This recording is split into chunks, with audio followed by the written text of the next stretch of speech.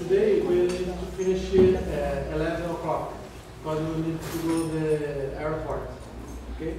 Then enjoy the session, the short session. Bom dia. So I left winter in Colorado and now I come to winter in Brazil. So I wanted to tell everyone that in the Dropbox, if you haven't been there, in the Dropbox I put the slides for every day. All right? And I have the slides for today in there. There's many slides for today because I didn't know what we would cover. So I included everything. And also, Dora, I put the article from me in the Dropbox. This is another article some of you might be interested in. Remember when we were talking about children and their social cognitive abilities and they couldn't understand complex competitive games? Well, I wrote a little article about that, and it's the label is Mead, M-E-A-D, George Herbert Mead, a social psychologist, and I think it's Mead and Youth Sports. But if anyone is interested in that, it's in the Dropbox. Okay, and today, if you have questions about deviant behavior, we can talk about that. The reading for today was chapter 8, which is on gender, and chapter 9, which is on race and ethnicity. And the problem there is that both of those chapters we could do a whole course on. And the other problem is that they're very US-centric.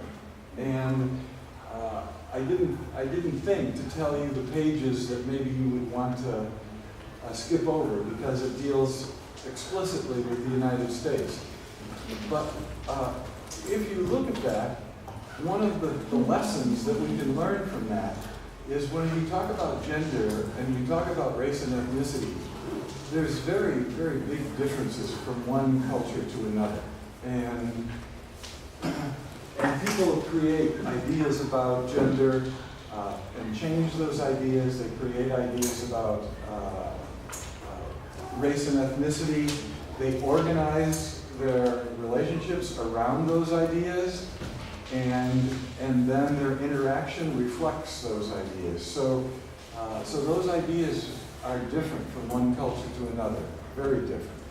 So many of the things that many of the examples that I give about gender in the United States may not be applicable to gender in Brazil. But Katia Rubio from the University of Sao Paulo, who's a psychologist, more of a social psychologist, she wrote an article on women and sport in Brazil, and I put that in the Dropbox.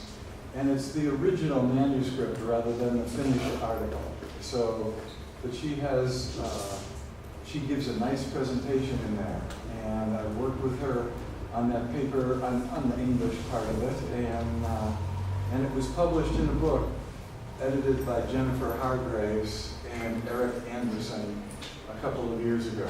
So you can take a look at that. I think that's a nice analysis of gender in Brazil.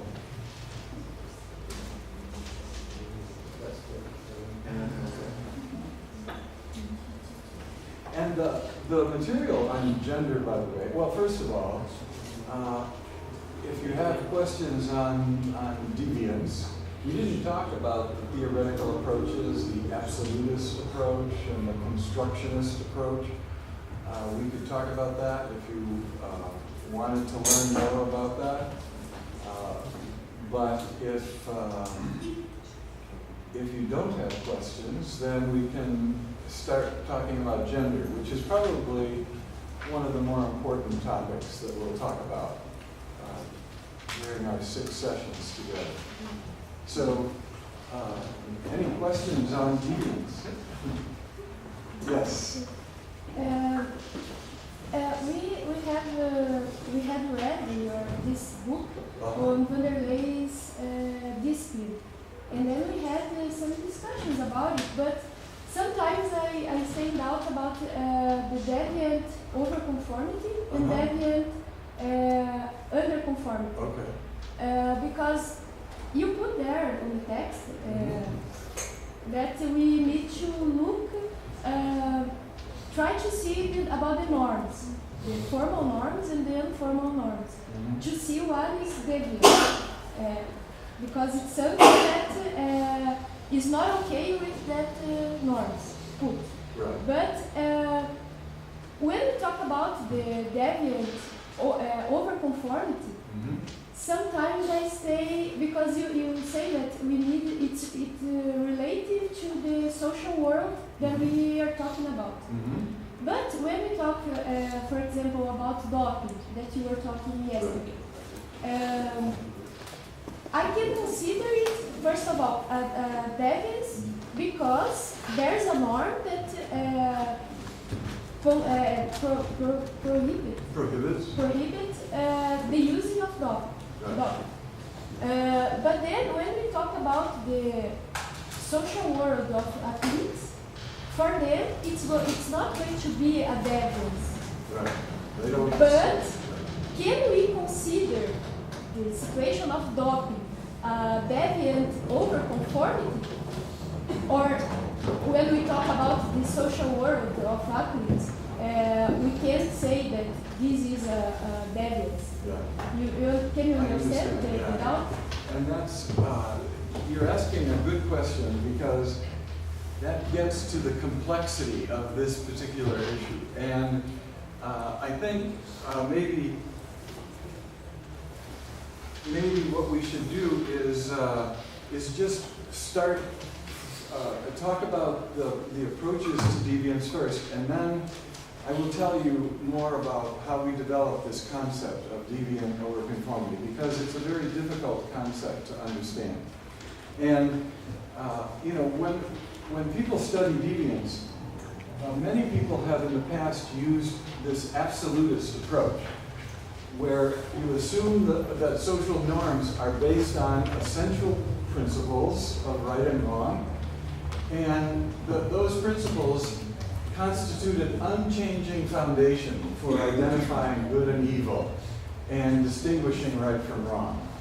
So, in other words, the people who use an absolutist approach, and many people in everyday life use an absolutist approach to deviance, and they feel that norms represent important social or moral ideals, and that any departure from that ideal constitutes deviance. And the greater the departure from the ideal, the greater the deviance. Until you get, you know, when you get really far from the ideal, then we say people are perverted, you know, they're evil. You know, we have very strong terminology that we use when people's behavior goes very far from the ideal. And this is a diagram that was in the book, but if you take a look at this, this is the ideal, all right? Right here. So the ideal is, let's think of a norm. The ideal that you shouldn't lie, okay? That you shouldn't tell untruths to people.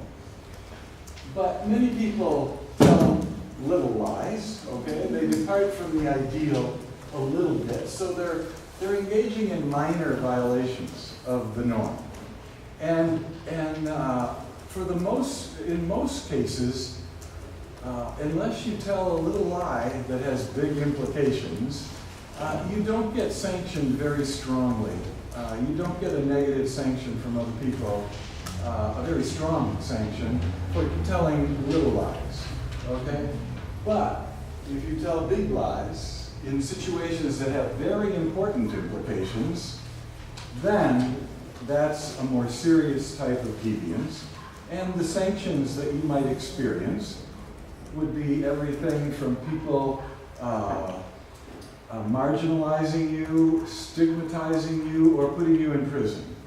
Okay, so, and then if you tell big lies many times, then people would say, you're a chronic liar,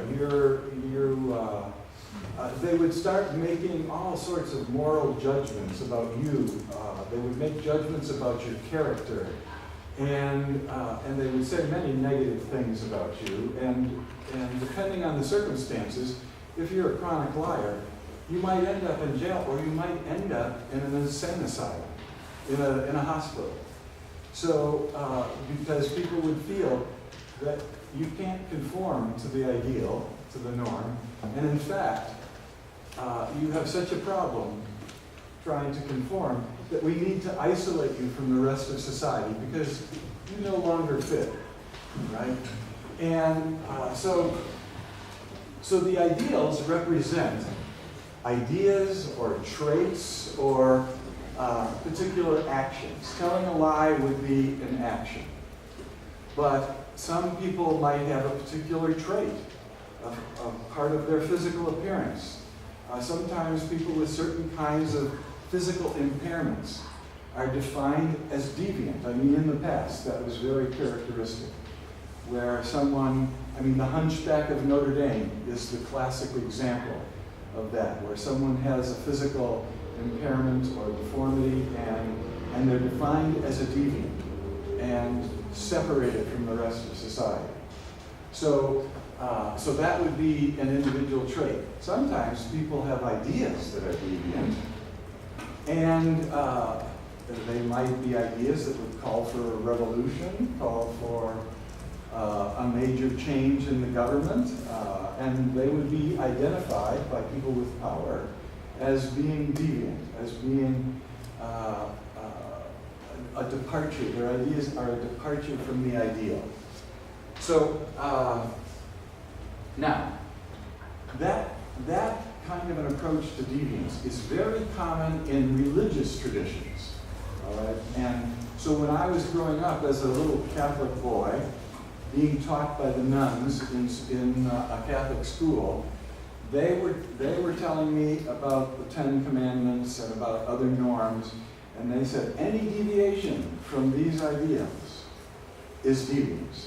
All right, and so the more the deviation, the greater the deviance. So if you were raised a Catholic, I don't know if people talk about this anymore. The little deviants were called venial sins, and the big deviance was called mortal sins. And the mortal sins would send you to hell, all right? And the venial sins would send you to purgatory, I guess, so for a certain amount of time. So the Catholic religion and other religions have used an absolutist approach. Now, in sociology, we started to figure out that that's not exactly how the world works. And that's not how norms work either in our everyday lives. And basically, sociologists have developed the constructionist approach, where deviance occurs when ideas and actions and traits fall outside of socially determined boundaries. And even with Catholicism, by the way, if you learn about Catholicism in Brazil, and then you go to Italy, and then you go to the United States or to France, what you find out is that people are interpreting rules, even the basic rules in the Catholic religion, a little bit differently. And so basically, human beings in our societies, we determine what is acceptable and unacceptable in a social world. And those boundaries of what's acceptable and what isn't acceptable change over time. And they change from one situation to another. All right? So basically what we're assuming is that norms are socially constructed as people interact with each other and determine what's acceptable and what isn't.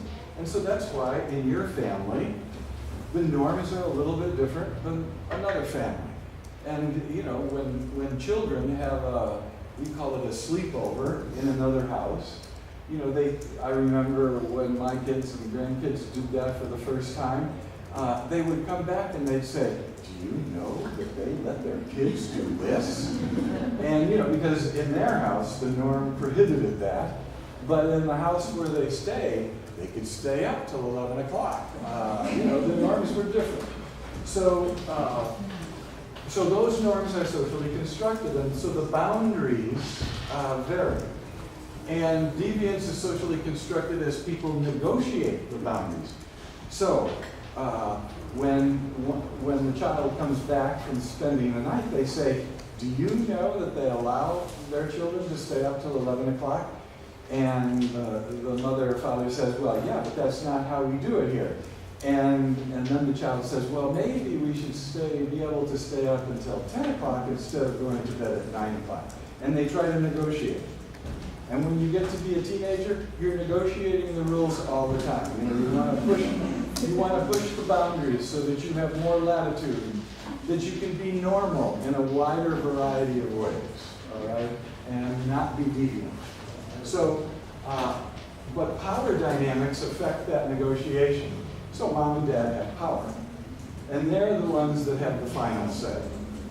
And in society generally, the police, government legislators who make the rules in many cases, they have the power. And now we can negotiate as citizens to try to get some of those norms changed, laws and formal norms. But unless we have some kind of power, it's going to be difficult to get those norms changed or laws changed. So most ideas, traits, and actions that we engage in, like right now, they fall into a normally accepted range. And I might be teaching different than Dora teaches, but you know, for the norms for teachers are such that we both are falling within the normally accepted range, even though we're doing things differently.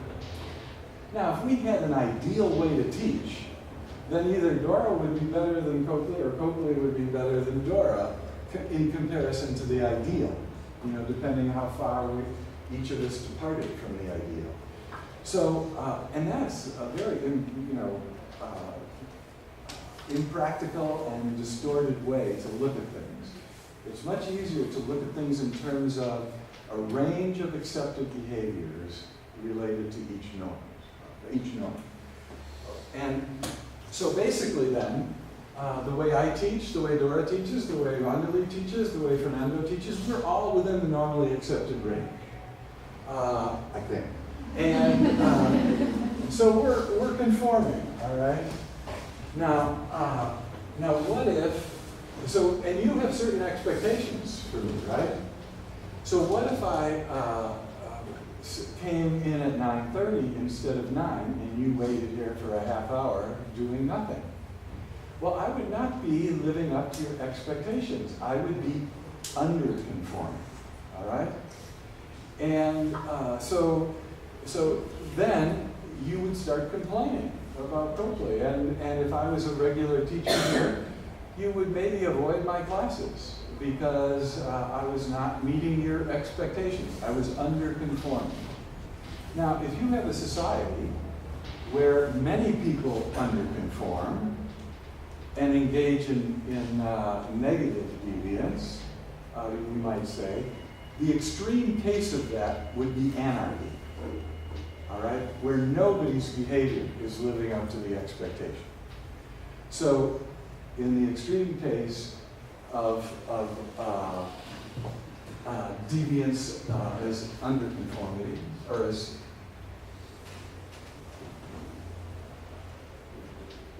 in the extreme cases of deviance as underconformity, where it occurs as people ignore or reject norms, that involves subnormal actions. And in extreme cases, it leads to anarchy. Nobody's behavior is following norms. Okay, so, and this is where the difficulty comes in. There can be cases where people overconform. So I get here at 8:30, and I tell you I want you here at 8:30, so because I'm interested in making sure that you learn as much as possible. And then I give you so much reading that you can't do it all. And so what I'm doing is I'm going too far in the direction of helping you learn. All right? So actually, I'm over-conforming to norms. I'm going too far in terms of setting expectations for you to learn. And so,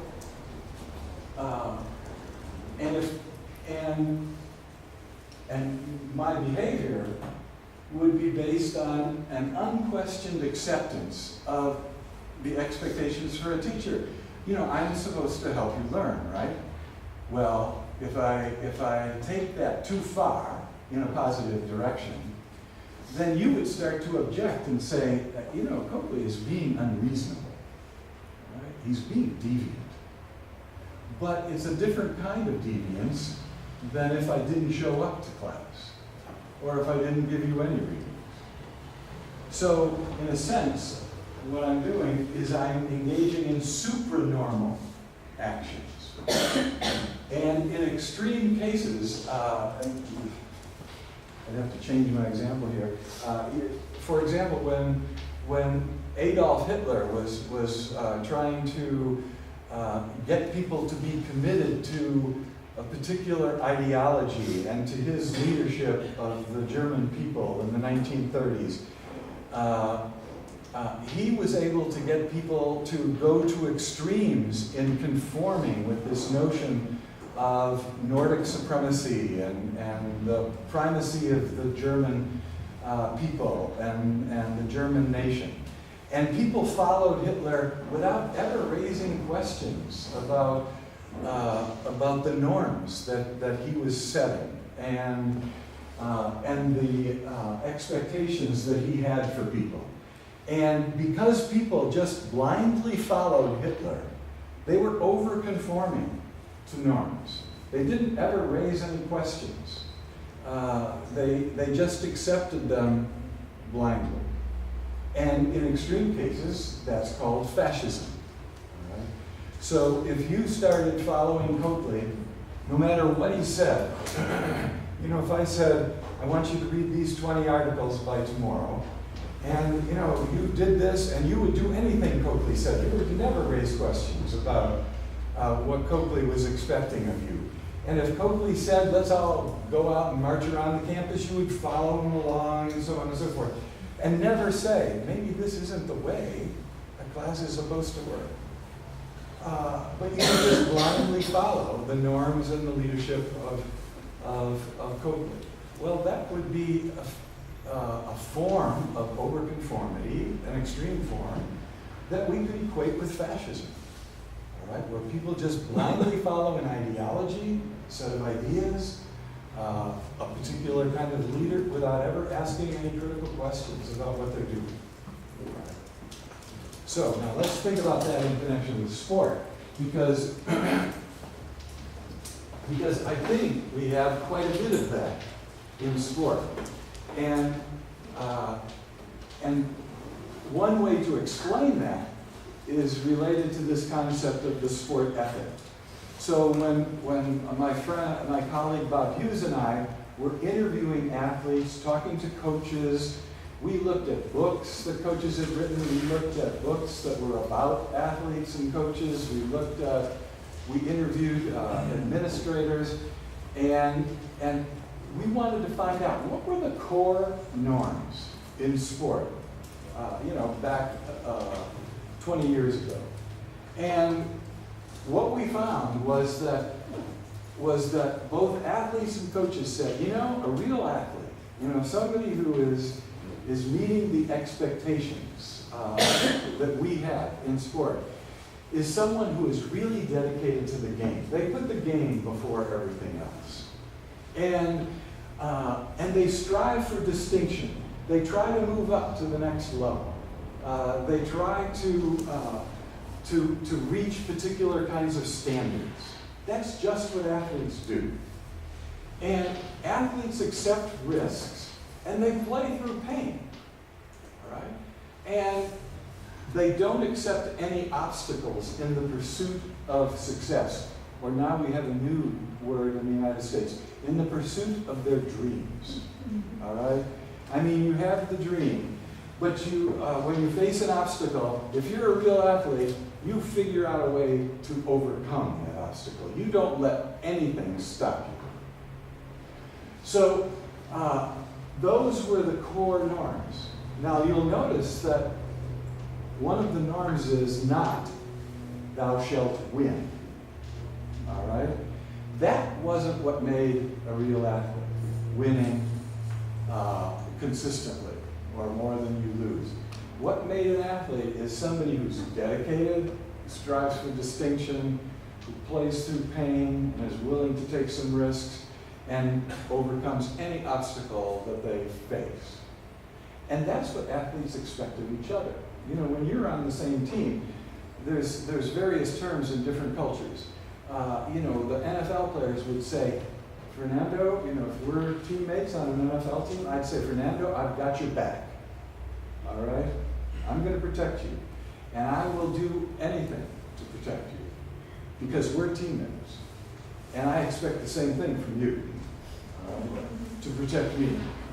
And so, and by the way, Fernando, if you have a twisted knee and you're complaining and saying you can't play and you're not giving 100%, then I say, hey, look, you know, suck it up.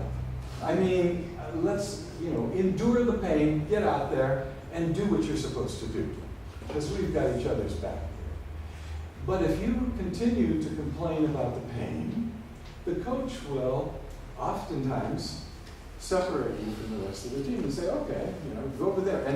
And I remember at the University of Texas football team, when somebody complained about pain, they put a yellow shirt on them and made them sit in a special little area that was away from the rest of the team.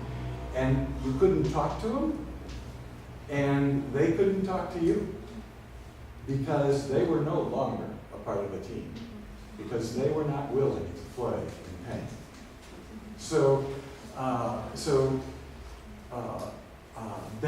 That's an extreme case. But there's a lot of coaches who, you know, they don't tolerate somebody who's going to complain a little bit about pain here and there. So you get players who are playing with broken ribs, they're playing with torn ligaments, they're playing with sprained ankles, and in fact, if you sprain your ankle, don't complain about it, get it taped up. And in the extreme cases, when I was playing, when I had a bad bone bruise on my heel, you don't complain about it. You let the doctor put a needle between your heel bone and the rest of your foot with Novocaine in it, and you deaden it so you can go out there and play. And people in the NFL, they have so much pain they can hardly move during the season.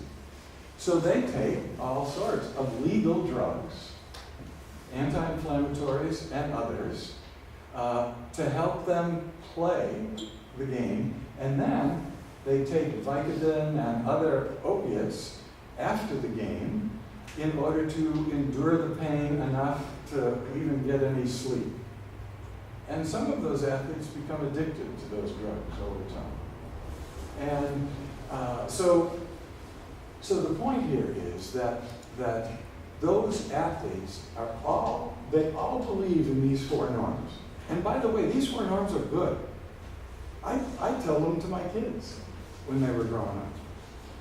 And in other words, if you're going to do something, I want you to be dedicated to it, okay? I want you to give yourself to it. And I want you to try hard and strive for some distinction here in your little soccer team, all right?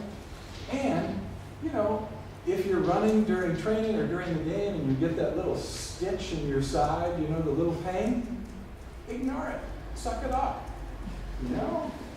Go. Do it.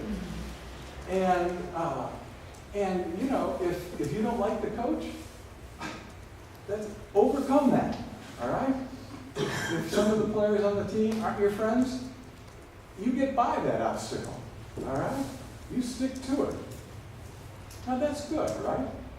To do that, to learn how to do those kinds of things.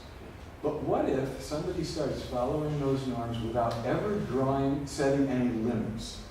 All right? With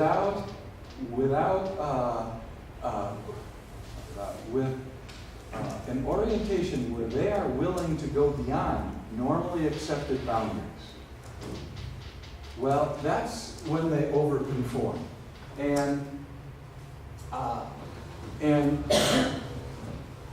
trying to think if I have a good slide for that. Where general norms in society would say that if you have a broken rib, you shouldn't be playing, right? I mean, everybody, we can all agree. And if you have a torn ligament, you shouldn't be playing. If you have a sprained ankle, you probably shouldn't be playing. And so we have general norms in society about these kinds of things. But athletes have a tendency to go beyond those boundaries that we all accept, all right? So that's when they start overconforming. And that overconformity, the coach may like it, all right? And in fact, may use it as an example of what everybody on the team should be doing. Did you just see what he did? He put his body on the line, or she put her body on the line for the team. That's what I want to see. That's what makes us a team. So everybody put your bodies on the line. And so then, if we're watching the practice, we say, oh man, that's deep. They're going past normally accepted boundaries. But that becomes very common within an athlete subculture, where athletes, not all, but where some athletes will overconform to the norms of the sport ethic. And in doing so, they'll put their bodies at risk. It's very dangerous to overconform to the norms of the sport ethic. And it can have lifelong implications. Injuries that are permanent. And, right now, I can go to football players, American football players, in college, who know that during the season, there are going to be 2,000 times where they hit their head in a way that's going to move their brain inside their skull and that fluid to a point where it's going to hit the inside of the skull a little bit and get a little bruise. Not a concussion, but just a little bruise. And then every time they twist their head really fast, during play, their brain is going to spin and hit the inside of the skull again. Get a little bruise. Now, I can show them that. I can give them the data on that. All right? And then I can say to them, maybe what you ought to do during practice is to play in a way where you're not experiencing head trauma. And they'd look at me and say, are you crazy, Coakley? And I would say, yeah, but you might have brain damage when you're 50 years old. I'm talking to a 20-year-old now. And they'd say, hey, I might blow out my knee tomorrow in practice or in a game. I might break other bones. I'm taking risks all the time. That's what athletes do. And that's why football players in the United States now, despite all the data that say this is not a good sport to be playing the way you play, they will continue to play because they're overconforming to the norms of the sport ethic. So,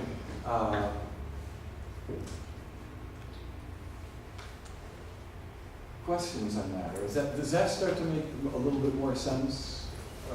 Now, there's another factor here that's really important, and that is that ever since I've been a little kid, I'm talking as an elite athlete now, ever since I've been a little kid, this has been my dream. This is the most important identity that I have, being an athlete. And identities are interesting things. Identities are not something that you develop. Identities are something that other people loan to you. All right? So you know, my identity as a teacher is something that only exists if you acknowledge it and reaffirm it. I just can't go around and say I'm a teacher if nobody ever reaffirms it. Right?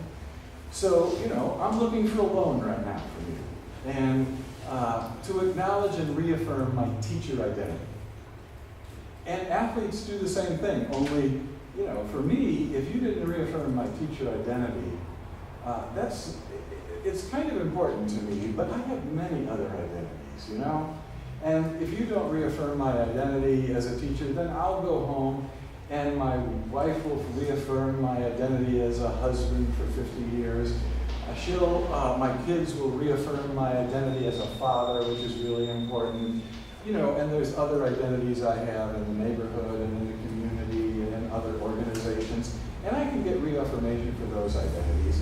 So the lack of reaffirmation coming from you is not going to change my entire life. Right?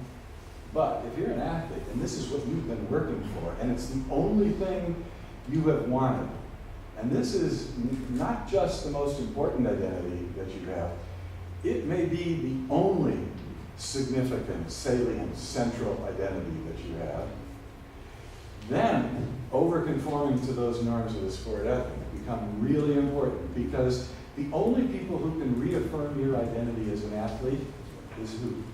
Other athletes. And possibly coaches. But even more important than coaches is your fellow athletes. Not journalists, not the spectators, even though we have to smile at the spectators, but they don't know. They don't know what we go through every day. They don't know what I've given up. They don't know what I've sacrificed. They don't know how dedicated I am. They don't know how willing I am to put my body at risk. They don't know how willing I am to play in pain and overcome obstacles. Athletes don't respect fans that much because the fans are ignorant. They're ignorant of this culture that only elite athletes share. And by the way, they don't let other people in there very easily. You know, they even keep distance with journalists. And by the way, most elite athletes disdain journalists because they write articles based on a popular understanding of what an athlete is supposed to be. And that has nothing to do with really the norms that exist within the culture of sport, where athletes reaffirm their identities to each other. So the only way an athlete can get reaffirmation is from other athletes. That's why so many athletes, when you ask them, what's the most enjoyable part of your experience? And one of the things they say right off the bat is the camaraderie, the togetherness, being a part of this particular group. And what they're really saying is being a part of a group where we mutually reaffirm our identities as athletes in this special elite group that is different than other groups. All right? You people live mundane, boring lives. You know? We athletes live lives on the edge. We push the envelope. We are special. And you can't understand that because you aren't a part of us. So now that way of approaching the social world and social relationships doesn't only exist in sport. It exists in other special occupations. In fact, one of the first times I ever started thinking about this was when I read a book by, I can't remember the guy's name, but it's called The Right Stuff.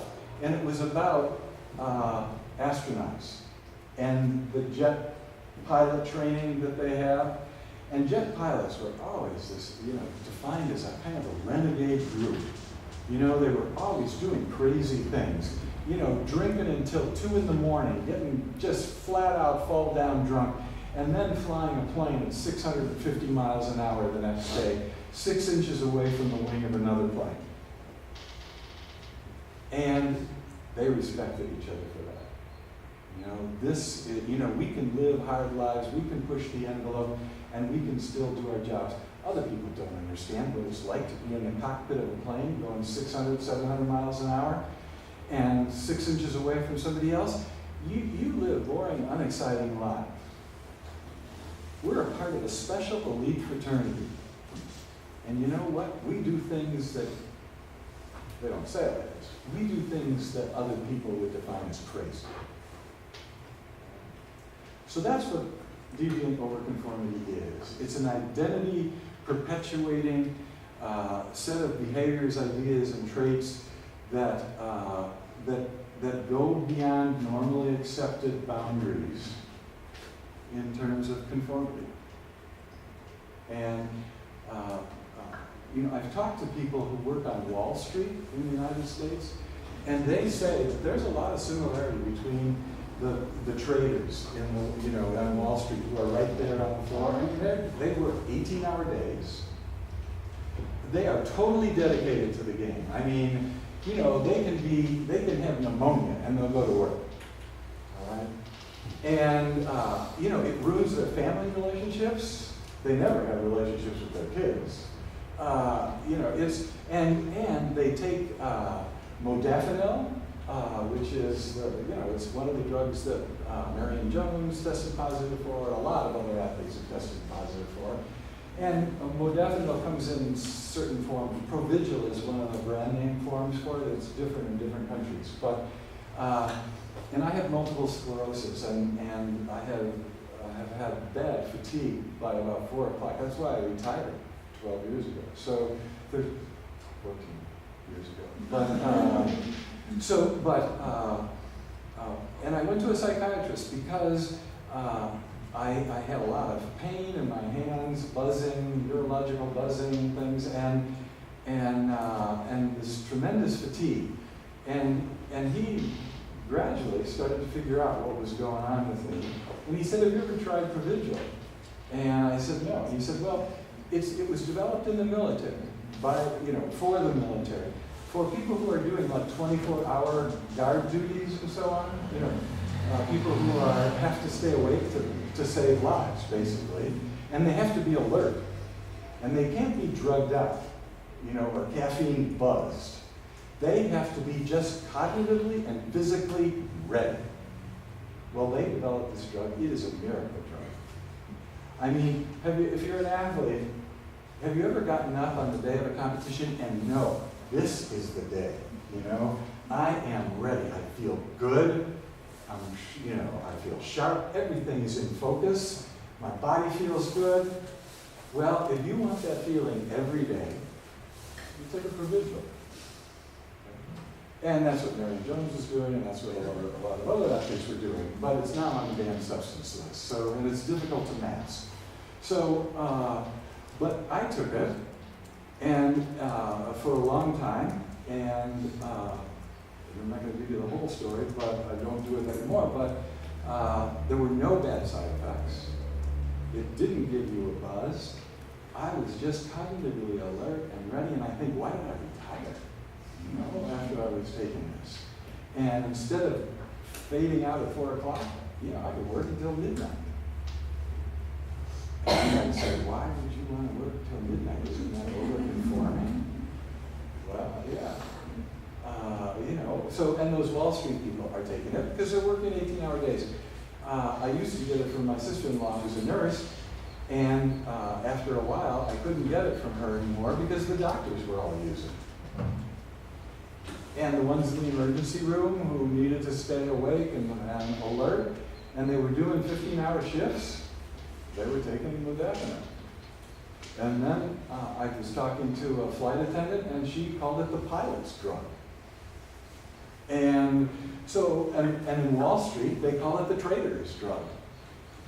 So basically what these people are doing is they're taking drugs in connection with their overconformity. All right, so they can continue to meet unreasonable expectations. Expectations that go beyond anything that we would define as normal. They're being supra-normal. Okay? And not subnormal. They're being supranormal, so they're overconforming. And they do it partly because their trader identity, their pilot identity, their doctor identity, their lawyer identity, when you're doing a brief all night and you got to be fresh in court the next morning. So those people are all going beyond normally accepted boundaries. So my point here is, hey, we can have deviant overconformity as well as underconformity. And athletes are probably doing it as much as anybody, maybe more. Okay? And in sport, it's probably more dangerous than in most other occupations because you're actually physically putting your body on the line in many sports. So it's dangerous. So why do they do it? Because, playing sport is so darned exciting. I love it. When I'm out on that field, nothing else matters. I mean, this is what I was meant to do. And athletes who think that way will do almost anything to stay involved, to keep getting reaffirmation for who they are, and to stay on the field. Okay? Not just to win, but one of the ways to stay on the field is win, at least regularly enough that you can stay at the level, at the competitive level that you are. And being selected to play for high-performance sports often requires overconformity to the norms of the sport ethic. Coaches look for overconformers. They spot them and they pick them out and say, this is who I want. These are the people who are not just tough, they're over-tough. I mean, they are willing to take toughness to a level that normal people would define as crazy. Deep. And exceeding normative limits creates drama and excitement.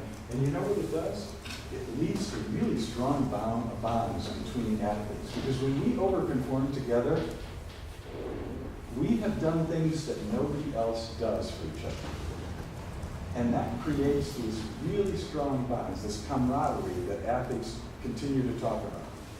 And when you talk to retired athletes, what do you miss the most?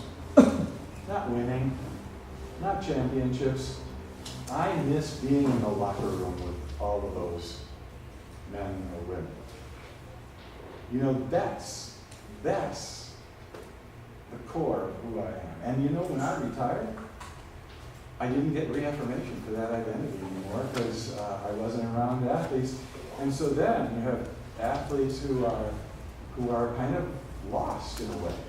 I mean, they have to learn how to reconnect with their family, reconnect with their kids, reconnect with friends, and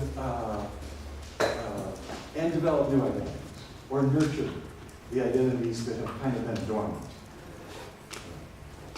Boy, that's going a long way. One thing. Is it starting to get clearer now? Yeah, but sorry, I need to question. I have another question because think about the examples that you are using. Is it possible to think about a point in a social world? Mm-hmm. Thinking about the athlete's social world, that this overconformity becomes a conformity, it's so common, so everybody's doing this, mm-hmm. that this overconformity becomes the rule. Right, becomes conformity. I yes. mean, it ceases to become overconformity. It's just normal. Yeah. Yes. And that's the tricky part of this concept, because the athletes will say that what we're doing out there, we just expect of each other. This is normal for us, but everybody else would say it's outside of the normally accepted range. All right, and that's kind of the secret. It's if everybody else in the whole society started to change and push that boundary further and further, then it would no longer be overconformity. It would just be a form of conformity, okay? Inside the range of acceptance, right? So the real secret here is not just looking at the culture of sport, but looking at the culture of sport within the context of the society. Right? Like the identity. The example of the identity that you use. Yeah. Yeah. So,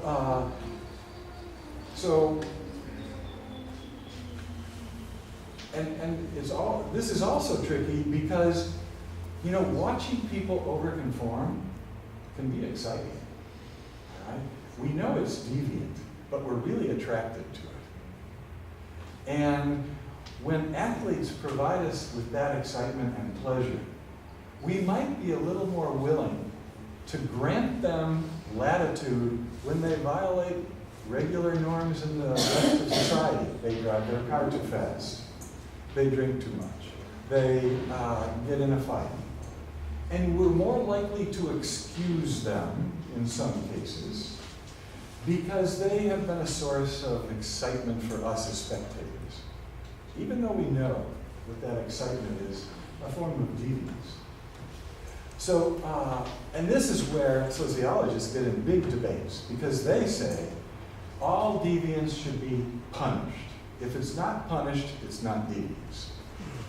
And I'm saying, you know, there are some forms of deviance that aren't going to be punished because of other factors. Because that deviance is serving as a form of entertainment or excitement, or we can use it as an example when we talk to our kids. Or so we're going to let the athletes do that, and then we put these athletes on these pedestals because they're willing to overconform.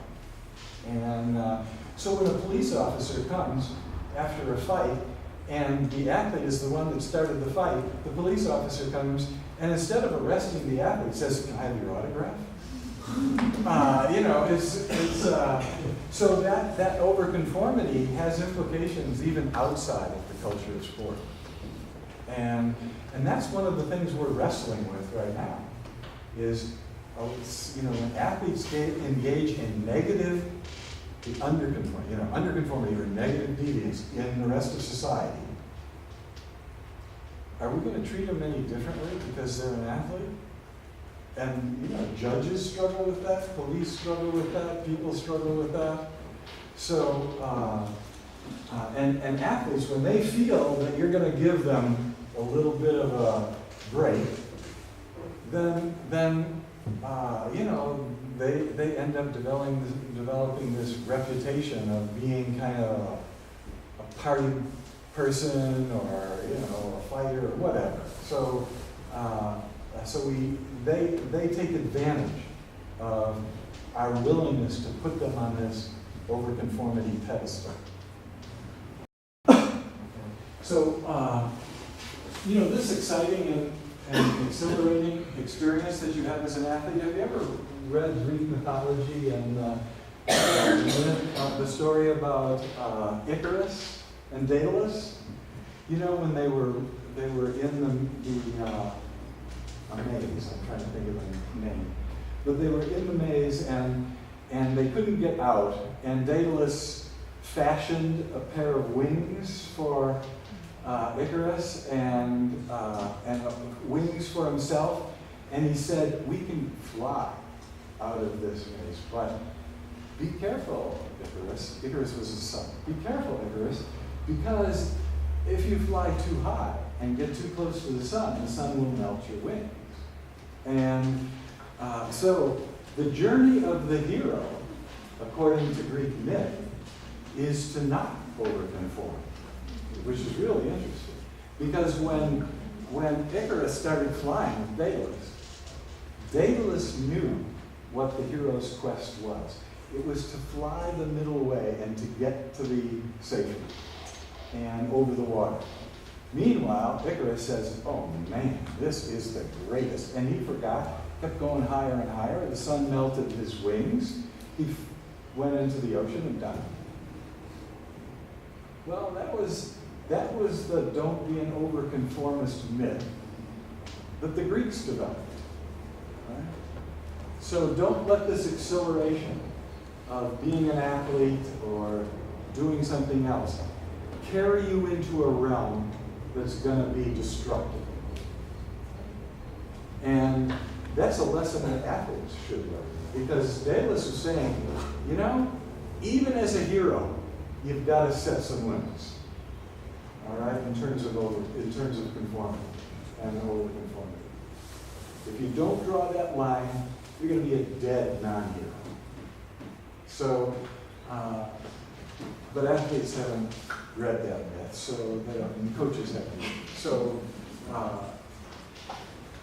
so anyway, that's that. Do you have other questions about deviant over-conformity? So, let me just give you one.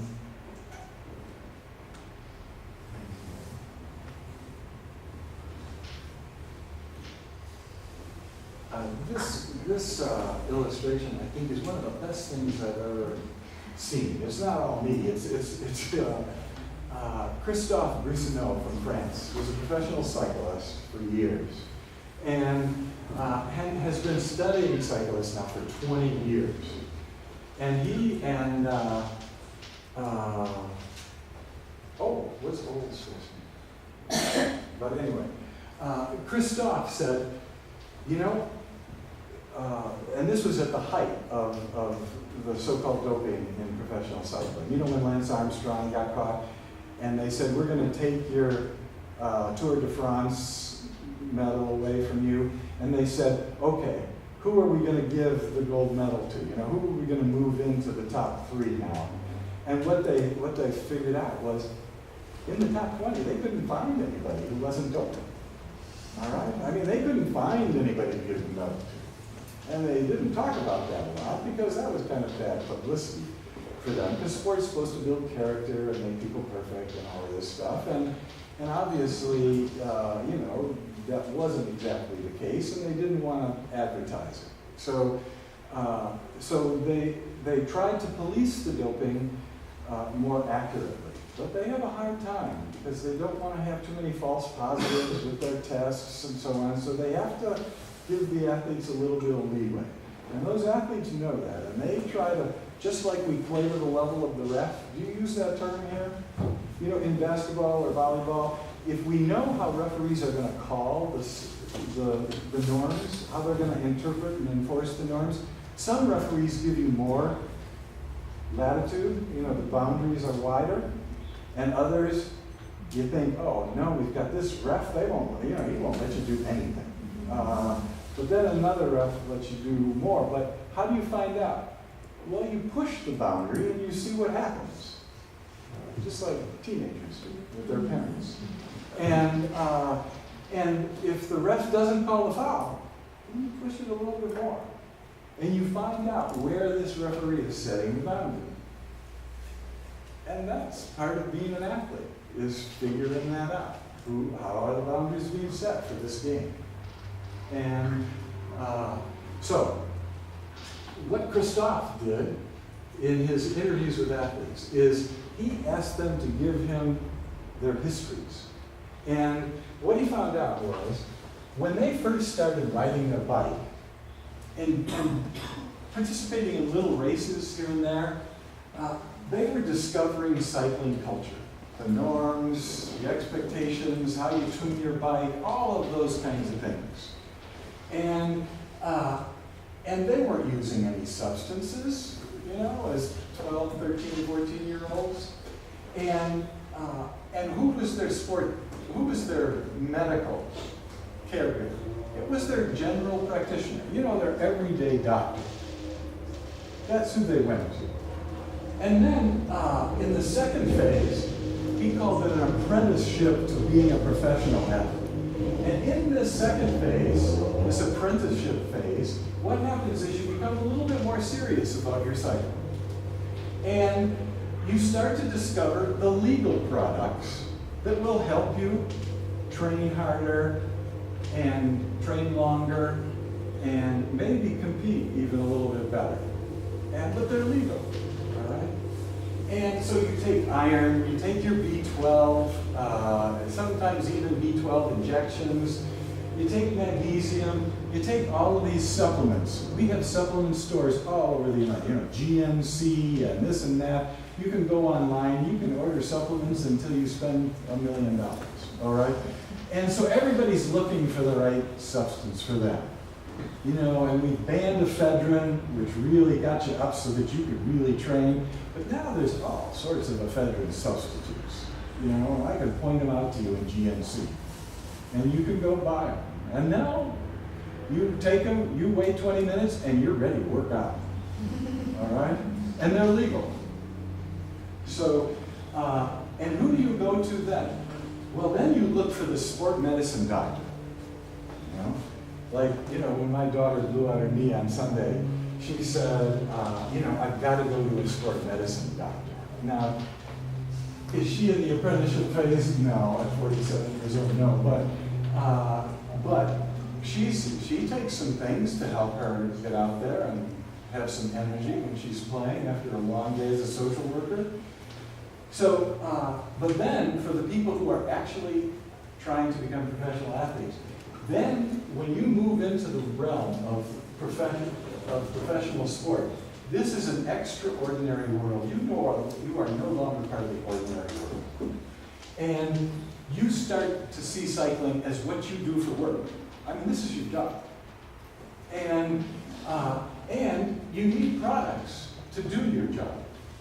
So now it's cortisone, it's anabolics, it's other substances.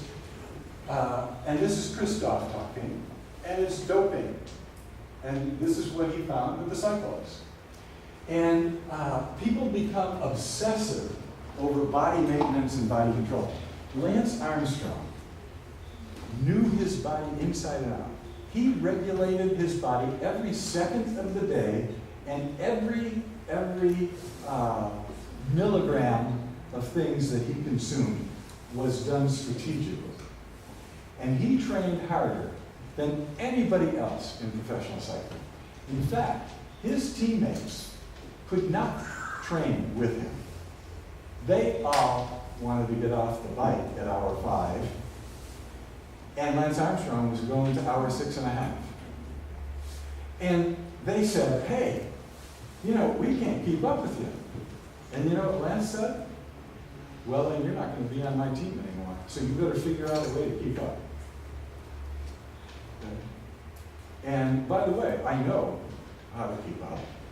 You do EPO. You take erythropoietin, or you blood boost, all right? Because that will help you endure things so that you can train 6.5 hours. And they did. And then they write their exposés, you know, Hamilton and others saying, Lance made me do it, Lance made me do it. Well, Lance didn't make him do it. If they wanted to be on a team, they knew what they had to do. All right? So instead of going to a sport medicine doctor, now you're going to a performance physiologist. Right? And then when you really get to be professional, you train to be a champion, you take products to win, not just do your job. You do EPO, HGH, other substances, and now you go to a biotechnologist. And these people are not oftentimes part of the sport team. These are private people, and if you have enough resources, they've got things that you can take that WADA doesn't know about, USADA doesn't know about, and are not illegal in some cases. And in fact, if you have enough money, you can pay for that person to do that for you and your friends until they make a mistake, like the guy who was working for the Jamaican track team, and the sprinters got caught. You know, it's always interesting. There's always 3 or 4 that get caught at once, and they're working with the same biotechnology. So then, when you leave the extraordinary world of professional sport, you re-enter the ordinary world, and you try to become normal. But that's really hard to do after you live the life of an elite athlete, is becoming normal. So sometimes you take products to escape or forget. Amphetamines, alcohol, sleep aids, hash, cocaine, cannabis, and then you end up going to a medical care person who's an addiction specialist. Okay, so this is Christoph's socialization model.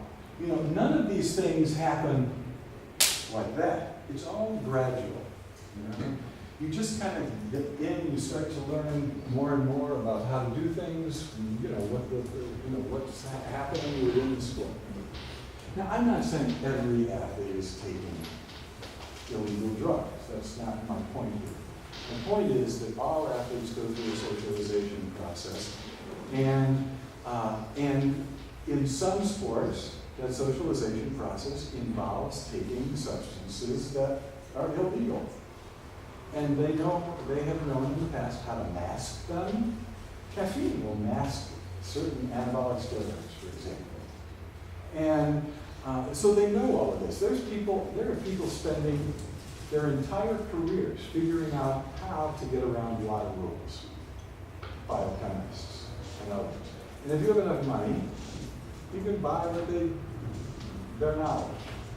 So, but not everybody does that, okay? So Coakley isn't a total cynic. I'm a little cynical, but not a total cynic. So doping then becomes part of this overconformity. And that's, so in other words, my point is that WADA is treating doping as underconformity. And it ain't working. If they were to treat it as overconformity, they would come up with some new ways to control overconformity. If you think it's underconformity, you just say we gotta police more. And we gotta punish more. But that's not doing it. So, but if you say that it's overconformity, then what you would say is we have to figure out ways to help athletes set boundaries. And we've got to work with the sport federations to do that. We don't want competition schedules to be over-demanding. We want limits put on certain kinds of training. Oh man, that's a difficult one, all right? The person who trains until he or she drops, they're the ones that the coaches want. So to try to tell people in sport that we've got to set limits and follow Daedalus' example says no. We're gonna go the route of Icarus, and the coach says, if they burn up and drown, I got another one that I can draft. There's a lot of young people out there who are living the dream, and I'll just when their bodies break down, I'll just get another body. So that's kind of what we're in, and it really creates a lot of danger in sport at the elite level. And I know this is kind of strange. Some people say, hey, wait a minute, I know athletes, they don't dope. They don't, they take substances of some sort, but they don't dope. And I agree with you. I agree with you. There are other athletes who feel that taking some illegal substances are almost a requirement in order to maintain their identities as athletes, to stay in the sport at the level that they are at, the professional level. And if you're a football player or American football player and you will not consent to taking big shots of anti-inflammatories, the coach will cut you. And none of their contracts pay them after their time. So, because there's so many guys who want to play football in the NFL, we'll just get another body. Somebody who's willing to break conformity. So that's becoming a problem. So we just talked about athletes. We didn't talk about institutionalized corruption, other things. But let me give you one point about institutionalized corruption. You've read about FIFA, right? You've read about the IOC. You've read about various IOC representatives and FIFA representatives in various parts of the world who are, doing contracts with marketing companies and taking 10% for themselves, and walking around with bags of cash. Andrew Jennings is a reporter, an investigative reporter who has studied this stuff for the last 25 years, and he's a good friend of mine. He lived in my house while he wrote the book for, what was it called? The first one was The Lords of the Rings, and then it was The New Lords of the Rings, and that's the one he lived in our house for. And he studied the USOC, got thrown off the USOC, got me thrown off the USOC.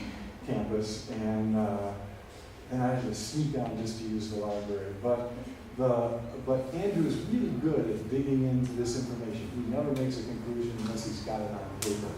And he's got information about officials from Brazil, officials from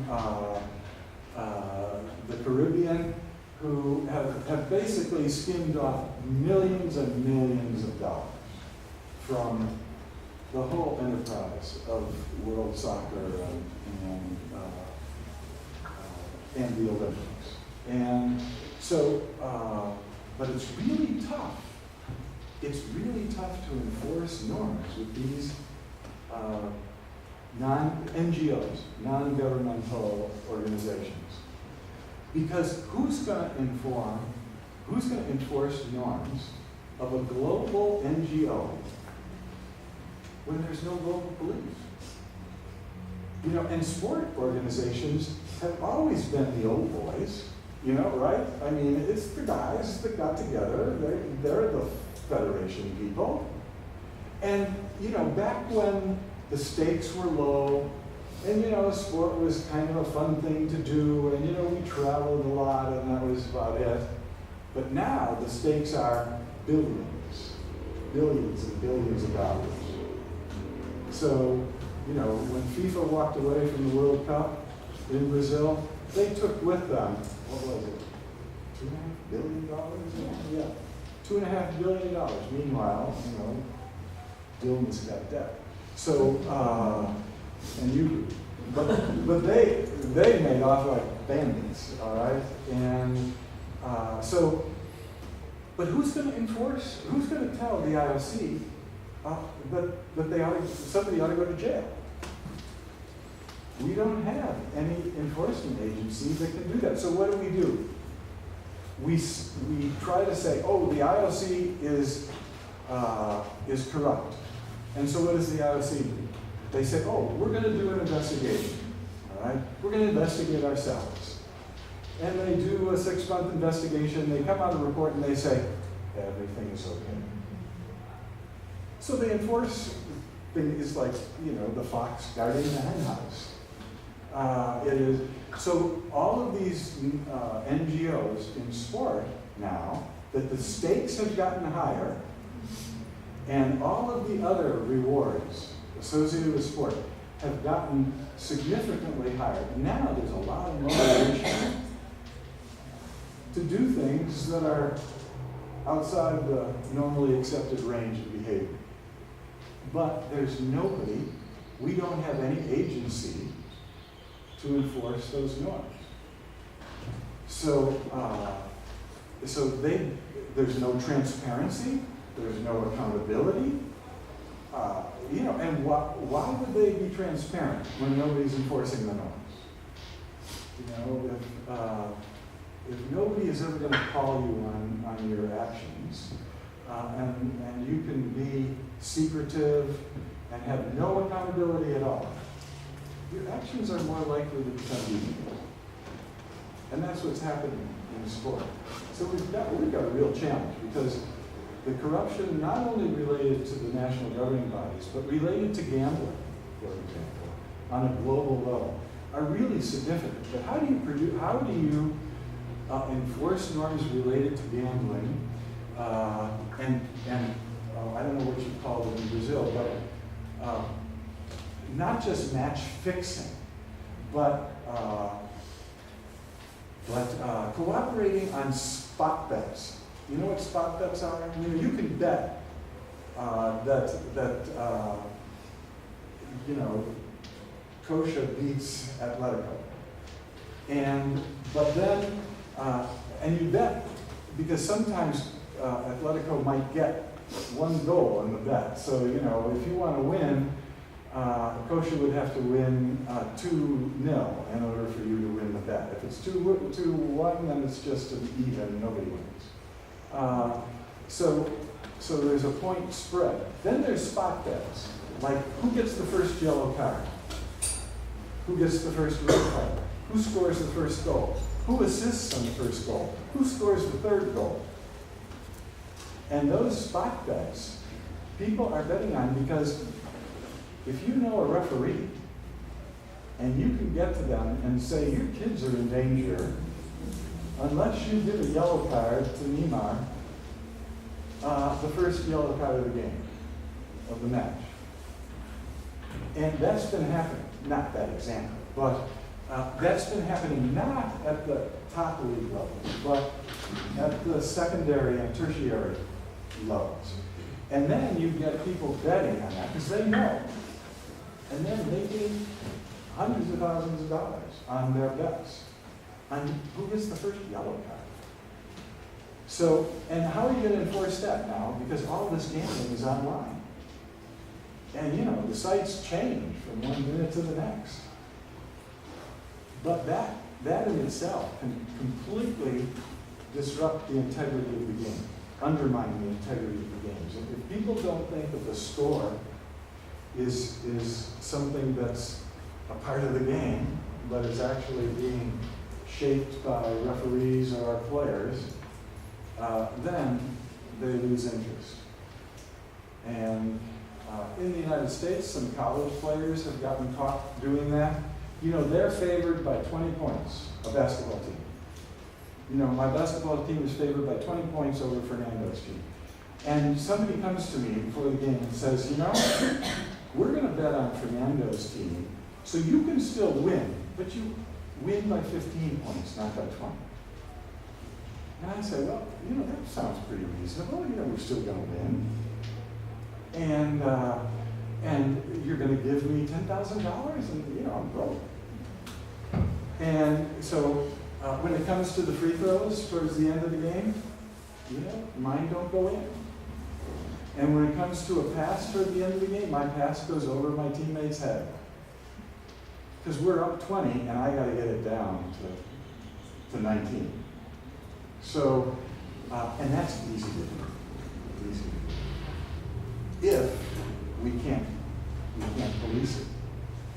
And that's a problem. So gambling is an issue.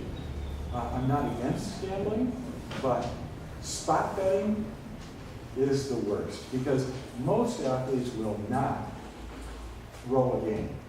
All right, they will not lose on purpose, but they will do little things in the game, like commit a foul, because of a spot bet.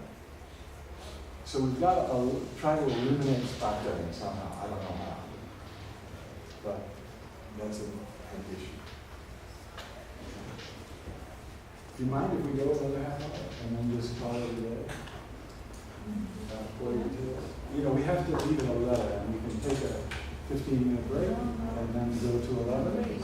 No break? No, if you have to leave at 11, yeah, it would be really sad to. Okay. I know, that's my opinion.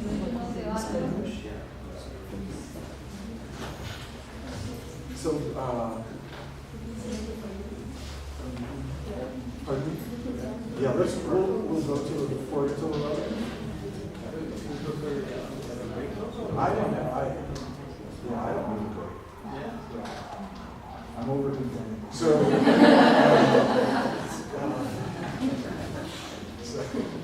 So this is one of my favorite topics to talk about because I have 4 sisters, 3 granddaughters, a daughter, and a wife, and I'm very sensitive to gender kinds of issues, and and gender is a really complex phenomenon. You know, the way people think about masculinity, femininity, homosexuality, heterosexuality, and other aspects of gender and sexuality are really complex. They differ greatly from one society to the next. And this, I use this particular UFC photo because these women in the past, and even today among many people, are being defined as invaders of male space. I mean, they are gender benders, all right? They are not conforming to the expectations that many people have related to femininity in various cultures. And again, there's going to be some differences from one culture to another. But as gender benders, Ronda Rousey, and I can't think of the other person's name, right now, but they have pushed the boundaries of gender a little bit among a lot of people in the United States, the way they think about gender. At first they said, this is sick. You know? This is sick. I can't watch women do this. That's not the way women are supposed to be. And then they saw a couple of matches, and they said, God, these women are tough. I mean, these women are, I've never seen women like this. And they start to think, well, maybe I ought to, not change my attitudes, but at least push the boundaries of what I define as acceptable with respect to femininity. And if you remember in the second chapter, Michael Mesner, when he did a study of the youth sports, which is a really fascinating study for me, because I've seen the same thing in the sports that I've watched. We have gender segregated sports, even among little kids, and the coaches relate to girls, treat girls differently than the coaches treat the little boys. When a little girl cries at 5 years old in a soccer game, the coach goes over and gives him a little hug and says, okay, it's going to be okay. The little boy, the 5-year-old, cries and says, boys don't cry, suck it up, get out there. And if you cry again, you're out of here. So, there's a lot of different things going on when it comes to gender. So gender, a lot of people think of gender as an individual characteristic. But really, when you stop and think about it in a sociological way, gender is meaning. In other words, gender consists of a lot of interrelated ideas about what you're supposed to do as a man or a woman, ideology, gender ideology. And that ideology and the gender categories that we have, male and female, right? And what do we call those categories? Opposite sexes. Now, if you're a biologist, you know darn well that 98% of the characteristics of men and women, if you listed all the physiological characteristics of men and women, there'd be 98% overlap. But we have created socially 2 categories that we call opposites, when we're 98% the same. All right? So we have done some really interesting things with biology in terms of our social definitions. So we associate particular colors with gender. Are you going to have a boy? We're going to paint the room blue. Are you going to have a girl? Well, we'll paint the room pink or whatever. And, if you are going to have a little girl, we're going to get these kinds of outfits. This is on a 2-day. Because we want to identify that child from birth in terms of one of these 2 categories. All right? And also, gender is performance. So people learn how to act like a man and act like a woman. We learn how to walk like a man. We learn how to walk like a woman. We learn how to inflect our voice. We learn how to pass each other on the sidewalk. In the United States, I can get to the door at the same time as a woman. And that woman will say, sorry. Because she feels that she's in my way. Now, I could come to that same door or that same crossing point with a man, and we just negotiate our way and get around each other and do our thing. But there are many women who, when they get to that point, they will apologize for being there and say they're sorry. Now, some people say that's polite. Well, that's gender, and that's the way gender works. Women are more like, the women learn that when it comes to relationships with men have first dibs on space, and women should take up as little space as possible and stay out of the way of men. And now, that's an over-exaggeration. A lot of you women are saying, oh man, I don't do that. But do you say sorry when you get to that point? And many of you don't, right? But a number of women still do. And so people perform gender, and they judge others by their performances. You know, so if you're a woman and you have some hair on your lip, in some cultures, you're going to hear about it right away, right? And they're going to say, you know, why don't you get rid of that? Get it, shave it, or get it, or do an electrolysis, or do something, but get rid of that. And you say, but that's the way God made me. And the sociological response is, well, that's not how we've socially constructed gender. I don't care how God made you. You better shave that, shave this, and wear this, and have your hair this way, and do all of these other things, even though they're not normal. They're not biologically you. Because biology is not the issue. We have socially constructed what it means to be a man or a woman. And we judge other people. So if a man is walking a little bit in what we might call an effeminate way, people would make fun of that person. And now we're raising questions about that all the time because we're negotiating some of the boundaries here, but men live in a much tinier accepted range of behavior, ideas, and traits than women do. And this is interesting because a lot of women say, well, wait a minute, we don't have power, and I'll get to that in a minute. And that's a big issue. And women have greater latitude. If you look at little girls, they have much more latitude to do things than little boys. You know, little girls can pretend they're male heroes, action heroes. You know, but if a little boy pretends he's a female hero, or a female character in a story or a cartoon or whatever, people will say, you got a problem here, Mom. You better get your child to be more boy-like. Meanwhile, the girl's out there, you know, doing all sorts of things. And you know, a lot of the women in here are cross-dressed. Right? You know, how many of the women in here have ever bought a piece of clothing in a men's department or a men's store? Yeah, I'd be surprised if everybody had. And if I ask the men in here, how many men in here have bought anything in a women's department or a women's store to wear? You know, when I asked that to 200 introductory sociology students, almost all the women will say, yeah, I've got a tracksuit, sometimes I've bought men's shoes because women's shoes don't fit my foot. You know, I wear men's t-shirts, I wear men's this. In fact, one of the sexiest things you can do is put on a men's dress shirt. Just kind of walk in. We have advertisements all the time. A woman in a men's dress shirt.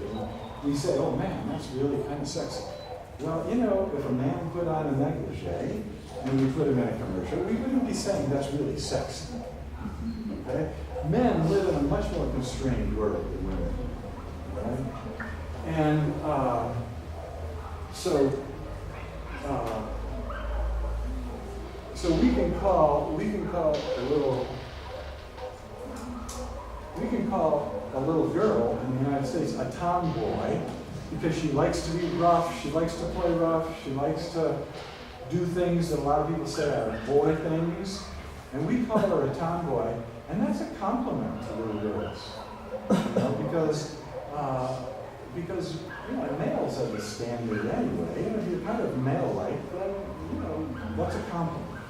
Until you get to be 13 years old. And then, if you're called male-like, then it becomes an issue because you're really now trying to fit in with expectations related to femininity. So if you're going to play tough sports, some women will engage in what we call the female apologetic. They'll make sure that their hair is longer, and you know, you see girls in rugby, my granddaughter plays rugby, they all have their ponytails, and some of them will make sure that they have times when they can dress up and make sure that they let everybody know, I play rugby, but I'm a real girl. I'm a real female. And because if you don't do that, then people will start thinking, maybe you're not a real female, according to our socially constructed categories.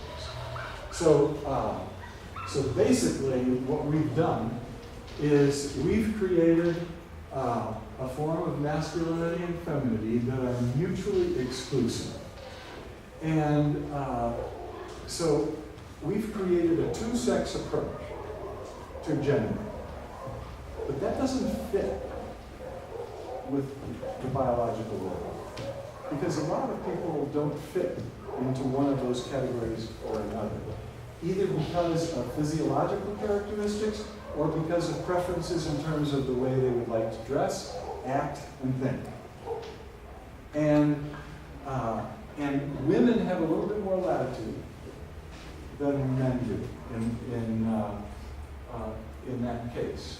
So we assume two mutually exclusive categories that are opposites, psychologically, physiologically, and socially, and it leaves little or no space for people who don't fit into one of these categories.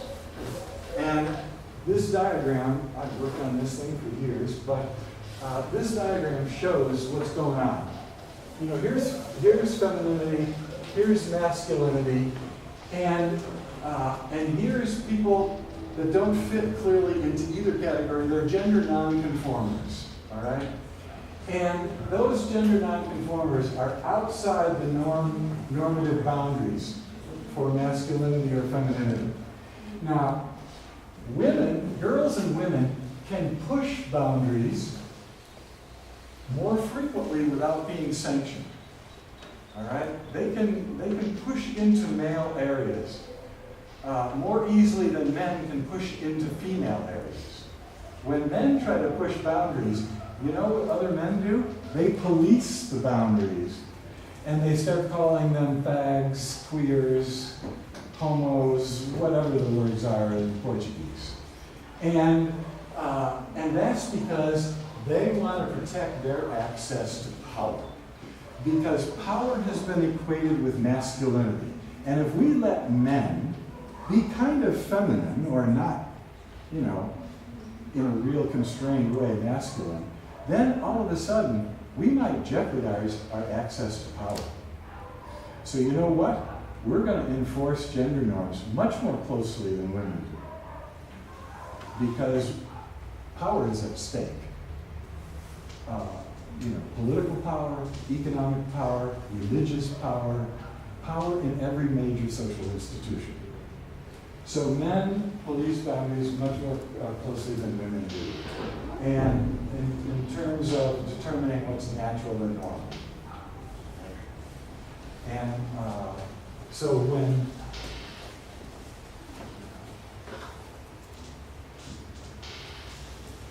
Bruce Jenner, the decathlon gold medal winner in 1976, the best athlete in the world, and I watched him do the decathlon, and he was unbelievable.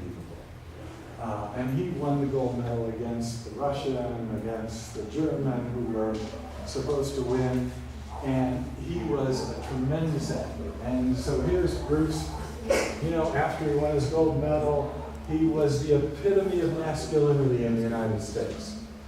And he made a lot of money, you know, endorsing products because, you know, people felt that because he was the epitome of masculinity, you know, he's somebody that we should listen to, live like, and so on. Well, Bruce Jenner married into this family called the Kardashians. I don't know if you're ever familiar with any popular culture in the United States, but married into this family, the Kardashians, and over time he felt comfortable with the Kardashians telling them that ever since he was 4 years old, he never felt like a man, like a boy. He always felt that he viewed the world in a feminine way. He felt that he, in terms of his terminology now, he felt that he had a male body and a female soul. And he felt that this lack of synchronicity kept him off balance for his entire life. And in fact, that being off balance was so threatening to him that he dedicated his life to becoming the decathlon champion, because that's the epitome of masculinity. So he was so afraid that somebody would discover that he had the soul of a female, that's his words, that he became the epitome of masculinity. He worked, he trained, he built his body so that he measured up, he muscled up. All right? And now, 65 years old, but starting about 15 years ago, he started to think, I can't live like this anymore. And because, he didn't say this, but this is what I'm saying, because we've divided sex into two mutually exclusive categories, and any deviation from that is defined as deviant, and in this as being gender nonconformity, he had to make a choice. Either stay uncomfortable and present himself as a man, or get into this other box and present himself as a woman and feel comfortable. Because we won't let people stay in between. That confuses us. Right? So a lot of people who are transgender now, they, instead of just being partly male and partly female in a social way, and presenting themselves that way, a lot of people just don't accept that.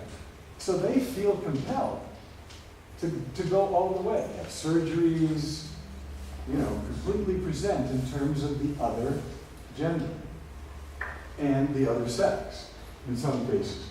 So here's Bruce about 5 years ago, or 7 years ago, I guess. And he had started to take hormone shots and so on, estrogen. And this is him now with his earrings and trying to present himself as a female. He's got longer hair today.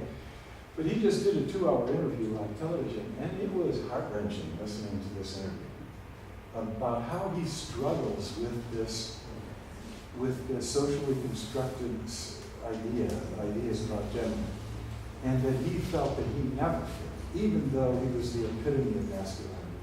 So he now, as a 65-year-old, is going to, he doesn't know about surgery yet, but he's had the hormones and he's developing breasts. And he had a little plastic surgery to cut down the sharpness of his jaw. And he's also doing some other things, wearing some makeup and other things to start presenting. And he's been doing this gradually. And he's had 2 former wives, and they are very supportive of him. He's got 6 kids of his own, 4 adopted kids, 10 kids, who all call him father. And the 6 kids that he's had with his wife, with his one or the other wife, 3 wives, they all call him father, and they are tremendously supportive of him too. And he says, I'm always going to be your father. I'm just not going to look like other fathers look.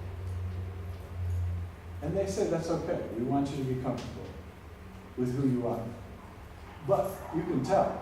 I mean, they're struggling with this because gender is so deeply ingrained in the way we view the world that it's part of our identities, it's part of how we act, it's part of the meanings that we give to ourselves, it's part of how we fit into social organization. Trade spots with your brother. Just in terms of what he does, who he is, what positions he holds, and have him trade places with you. And you'd feel out of sync in many ways because you've learned how to be male or female. And but there's a lot of people, and we know more and more of them now, who don't fit into this 2-sex categorization scheme that we've developed. And other cultures, by the way, have other categories. They have categories for people who don't fit. And there's some culture, a couple of cultures that have 5 categories. A number of cultures have 3 categories, at least, to provide some support for people who don't fit into the male or female category. So but most cultures draw the line, two separate, opposite, non-overlapping categories. So, now what does this have to do with sport? One of the things that it has to do is the stronger women get in society, the more men love masculine sports. The terminology in the United States is, this was a book written by a friend of mine, it's called The Stronger Women Get, the More Men Love Football. And what that means is, as women become more male-like in terms of strength, power, CEO positions, full professors, all of these kinds of things that were male territory in the past, the stronger women get across all of these institutional spheres, the more likely men are going to be defensive. And they're going to emphasize the things in the culture that highlight extreme masculinity, like football in the United States, American football, like soccer in Brazil. So the stronger women get in Brazil, the more popular soccer is going to get among men. And women are going to start watching too. And then the more popular soccer is going to get, period. So, and that's part of the gender dynamic, interesting. So, but it also is part of a process that's disrupting old ideas about gender ideology. And because gender ideology traditionally has been a way for men to maintain their superiority in terms of traits that are associated with status and power. And women are defined as inferior to men except in their ability to nurture. And you can just look at the occupational structure right now, and you can see women go into nurturing professions more often than men do. And if you're a man and you want to teach, if you want to be a hairdresser, open up a salon, if you want to teach children in a preschool, if you want to become a nurse, if you want to do things that have been traditionally associated with nurturance and femininity, people are going to say, why do you want to do that? Or they're going to raise questions about you. And, the strange thing is that men who want to go into some of these nurturing things, people want to do background checks on them and make sure they're not perverts. Because why else would a man want to nurture other than to get close to somebody and exploit them? So, this is an interesting thing. In sport, the problem has been that women who have wanted to participate in sport have been defined as invaders of traditional male space. And at first, when the first women invade, what do they get called? Dykes, lesbians, queer, whatever the words are in Portuguese. But then over time, we've accepted women in certain sports. But if you take a look at the sports that women have been accepted in over the years, they were first the grace and beauty sports. All right? Figure skating, diving, gymnastics, the ones where we score on form as well as athletic ability. Those were the grace and beauty sports. That emphasized coordination, not strength. So when you talk to a figure skater, like I'm using an old name, Tara Lipinski, who won the gold medal a few Olympics ago, they said, what's the hardest thing you've ever done or in figure skating? And she said, the hardest thing for me is to be strong enough to do a quadruple jump while at the same time looking feminine enough to get a good score. So, my parents spent $10,000 on my teeth.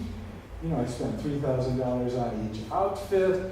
I have a makeup artist, I have a hairstylist, I'm spending all of this money on all of this stuff and meanwhile, I'm trying to hide those quads and those calf muscles And the other things that, I want to be real careful. I don't want them to get too bulging because then that will affect my score. I won't fit the form that the judges are looking for. And in gymnastics, we've institutionalized that so that you've got to have a prepubescent body in order to fit the standards. And we could change those standards right now if we wanted to in gymnastics. And we'd stop girls from taking puberty-delaying drugs and engaging in eating disorders and all of the other things that go with gymnastics in order to try to maintain conformity with the form that the judges want. You're a pound too heavy. You better lose that pound. How do you do it? Well, I eat apple skins all day. That's it. Or when I have a meal, I go to the restroom and but those are the reasons we do sports. Then what did women become involved in? Sports where there were nets separating them from their opponents, or lane dividers. Because we didn't want women touching each other. That's for men to do. Okay? Men can touch women, women shouldn't be touching them in sport. So they played tennis, they played badminton, they swam with lane dividers, they did other things that either had nets or something that prevented contact. Because the first women who started playing basketball, hockey, ice hockey, and some of those sports that involved contact soccer, they experienced a lot of pushback within the culture. Because they were doing something that had been identified with masculinity for centuries. So, and those women were ostracized. People said that they looked funny, they walked funny, they acted funny, but they acted and walked like athletes, but not like women. And so basically, the world has been male-dominated, male-identified, male-centered, the sport world. And as women have become involved, they have challenged that male domination, male-centeredness, male-identified. But they haven't made a lot of progress in a lot of countries. You can go to Sao Paulo and go to the football museum there, and I dare you to find an image of a woman in that museum, in that Hall of Fame. It's all pictures of men. I was looking for Marta. One of my favorite athletes in the world. And Brazil doesn't even show her in their Hall of Fame. Because to Brazilians, the Hall of Fame is a men's spot, not a women's spot. So, and by the way, I'm not making fun of Brazil, same way in the United States, all right?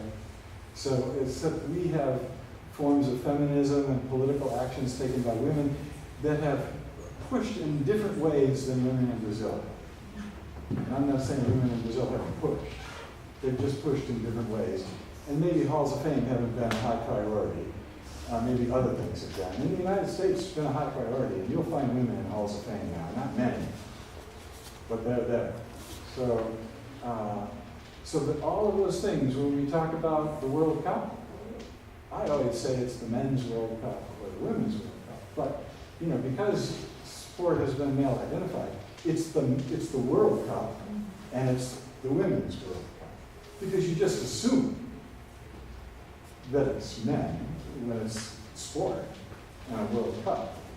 So you always have to put that adjective in front of World Cup or championship or whatever if it's women.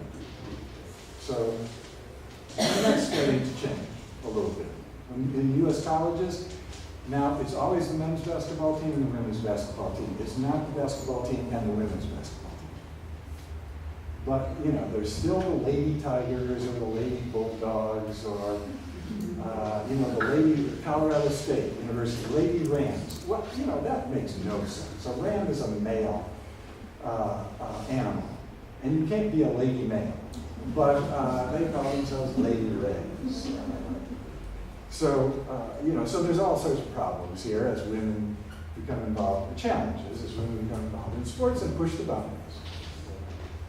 So, so we can talk a little bit more about that next time, but more, we're falling way behind, and I'd like to hear a little bit more about gender and race and ethnicity in Brazil. So if any of you have some comments to make about that to help me out next time, feel free. We will try to move ahead and talk a little bit about social class and disability. I know ability and different types of abilities. So, and I know some of you are very interested in that. And Paralympics is an emerging phenomenon. And I think it's important for us to understand a little bit how Paralympics fits into the world of people with disabilities and so-called empire of the normal, which we all think we're a part of. And so we'll talk about those issues because this is one of the changes that we really need to focus on. But it's going to be 2 generations before we make really significant progress in getting people with disabilities involved in sport. And this is tougher than gender in many ways. So thanks for listening again. And we'll see you on Wednesday. And we'll talk after Wednesday. The people who are interested in disability issues, we're going to try to have a lunch together. And we'll talk about disability issues in ways that we didn't have a chance to talk about in class. And again, there's 100 slides. But this is in the Dropbox, so take a look at it if you want. And we'll see you on Wednesday.